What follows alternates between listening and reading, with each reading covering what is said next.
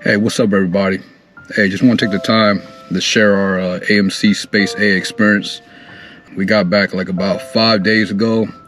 It's one of those high risks, high rewards. The risk is you may not get a flight. You may be on standby for a while, and you may not get picked or selected, regardless of category. The lower the category, like 1 being the best, 2, 3, and all that, you may have a chance on getting on a flight. But what you risk is you probably end up eating some of your leave days. That's usually used for leisure. It might be associated with added expense for food, hotel stays, and maybe car rental and stuff like that to get around. And also we're traveling with a family of 5. We got tons of luggage, and that just makes it more challenging. I guess if you do get it right, the reward, big savings, big time, right? When you secure a flight, for you and your family, especially for a family like our size.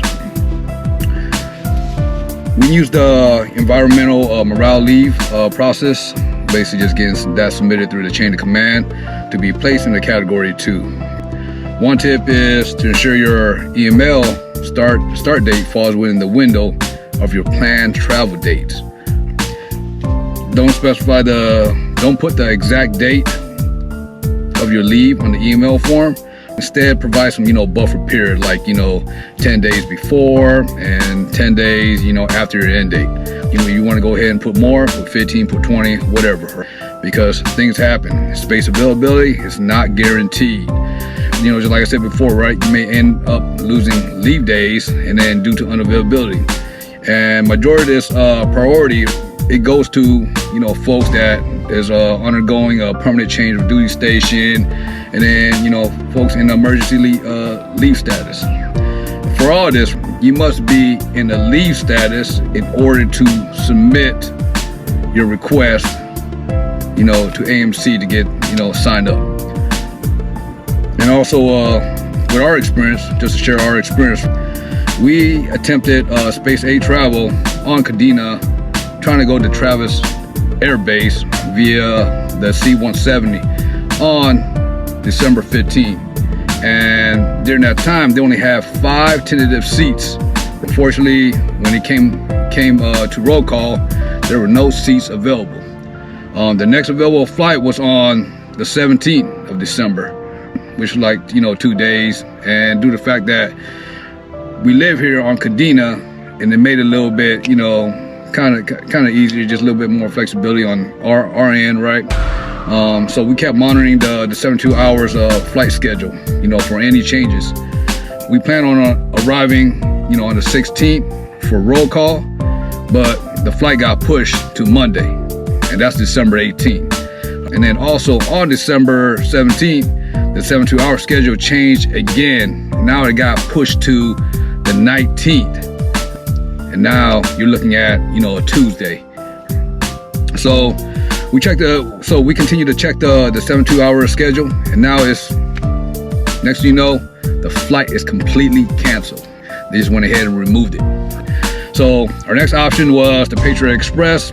If you're not familiar with the Patriot Express, the PE and stuff, right, that's equivalent to a commercial airline. There is a fee. I think the fee that we pay was like about, I don't know, probably $37, $38 per person, which ain't bad at all, right? It beats paying, a ticket to go to Seattle or so, because the Patriot Express is going to go to Seattle, saving $5,000. That's if you get it, right? So that was scheduled for Wednesday, and that's December 20th. And then we look on the 72-hour schedule, and then it populates with 160 plus, tentative seats. So we show on Wednesday morning at about like 4 in the morning, to go ahead and trying to check in, and trying to, just check in and try and get that space available, trying to go to Seattle. We was able to do that. They book us, with a family of 5. And then when we arrive in Seattle, we took a commercial flight to Sacramento. That's paying out our own pocket. It's about $200 per person. So we spent a little bit over $1,000. just for that one-way ticket to go to Sacramento. All right, and also want to talk about our return flight. So for our return flight to Okinawa from SeaTac from Seattle, it was scheduled for January 4th. So we flew from Sacramento to SeaTac, on January 3rd, right? Just to get that check-in. And also, when we checked the 72-hour schedule, there's only 5 tentative seats available. The Space A line was quite long. Right? We got folks from, all the way to Category 6, right, lining up. During roll call, about 4:30 in the morning, there were 19 seats that they announced that opened up. But unfortunately, we were not selected. The next Patriot Express date was on the January 8th. It was an early morning, for us and the kids. We were like exhausted, especially for myself. I didn't sleep for the whole entire day. I've been trying to wait up and stuff, but the kids was able to, get some rest on the hard floor.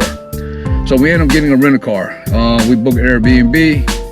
Also with the Airbnb, we couldn't check in till about 4 p.m. So we spent our time driving around. I think we went to some shopping area, parking lot, and then also, I don't know, we parked. It was empty during that morning, right? You're talking about 5, 6 in the morning. It was empty, and then we're trying to, get some rest, right? Trying to, take a quick nap and stuff like that, right? Because for me, I was tired. And then next thing you know, about a few hours, just all this traffic coming in and people parking, to my left, to my right, opening and looking at us because people could see through the damn window. I don't know. And then I want to go find somebody else to park. So I want to go drive by. I found a Target, park all the way near the end. So, and then we continued the rest up there. So basically, during our stay, we made the most of our situation by exploring the area, dining in, multiple restaurants. We've been looking at a whole bunch of like Lao restaurants and stuff, right? They got some good extreme Lao food. And trying to enjoy the unexpected extra time that we have. On January 7th, we check out the Airbnb and continue our tour, and later on drop off the rental car, later that evening, to get in line for the Space A check-in. Right. Despite arriving early, we were not selected, and it seemed like anybody with a family of 4 or more, were not considered as priority, compared to the single traveler. So that's the thing that we were dealing with. In the end, we basically didn't want to wait. I know there was a flight schedule for next day and stuff like that to Osan and to Yokota, Japan. That's the next day. We want to try to check and trying to, compete for that. And the thing is, it has 0 tentative seats. We just said, fuck it. All right. So we went ahead and purchased our ticket. So that's for the next day. And that day that we try to fly, that was on the 8th, right? You try and book for the same day, you ain't gonna get it. Right. Well, you could get it, right? The thing is, it's very expensive. So we plan for the 9th, which, $2,000 per ticket. We paid like $1,000 per ticket. So this experience, along with, added expense for food, lodging, and dealing with inflation, I think was quite challenging. Looking back, if we had if we have known the uncertainty of Space A, we might have just, opt out for for a direct flight, just a fly out from San Francisco, right? San Francisco to Okinawa, and save a few $1,000s, right? Because we spent about $1,000 flying from Sacramento back to Seattle and just hoping to see if we could try to compete for the Space A. And we also met some folks, just standing in line, talking to some folks. There are some folks that we met that got selected for Space A on 4 January, right? Got the boarding pass and everything, right? They call their names, boom, and you go ahead and line up and, get ready to check in your luggage and get a boarding pass. And the thing is, by the time he was getting ready to board, you had some couple with a higher category, right? Probably in, a PCS status. And then due to that, with him getting selected, he got knocked out. With him getting issued a boarding pass, they actually pulled him back. So he was getting ready to board the plane. Next thing you know, you no longer have the seat. Right? Let's go to somebody else that takes precedence, over you. So that's the thing with, you know, with Space A. You can never be sure. It's not guaranteed, and it could be a headache, because it wasn't just us, families, and you know, that didn't get selected. There were folks that signed in way earlier than, you know, the single travelers, because I knew some folks just talking to them. They signed up, you know, mid-December. You have some folks that signed up in November, and the thing is, they still didn't get selected with their family. There was a family of 6, there was a family of 5, there was a family of 4 that did not get selected. So just kind of take that into consideration when you're trying to utilize Space A. Maybe trying to take advantage of it during the off time, where it's not PCS season. You're looking where, especially during the holidays, December, January, it's holiday travels and PCS seasons and stuff like that. So there's a lot of personnel that is moving and relocating, and also during the summertime, right? I'll say, hey, avoid the summertime. You're gonna use Space A. But the thing is, for single traveler, if you got the time, you got the leave days and stuff like that to go ahead and burn, this is, you know, it's good for you. But the thing is, for family, it's something that we gotta consider. Maybe we'll probably try to plan next time where we gotta do it where it's kind of like off seasons. Despite all this, the travel issue, you know, our time with the family from Sacramento, Fresno, San Diego, created countless cherished memories. I was able to come up with a total of 8 YouTube videos. 8 YouTube videos. That's a fucking big win for me. Creating a whole bunch of memories, you know, filled with smiles, laughters, and a lot of love. All these unforgettable moments, you know, during our 13 days out of 22 days, you know, of leave.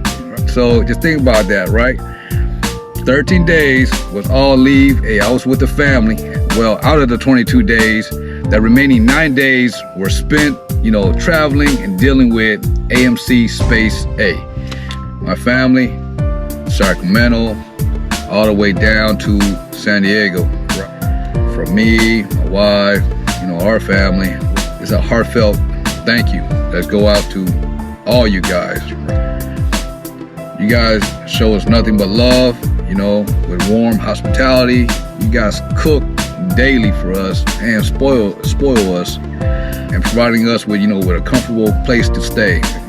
And during our time together, you know, making videos, this is truly unforgettable. I will never forget this moment, right?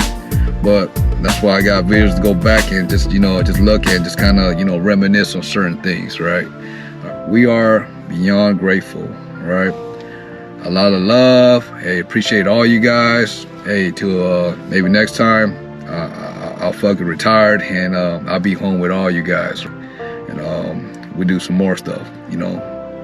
And our family's growing. Got all his kids on the way and stuff like that, right? Try to keep them really tight. All right, y'all.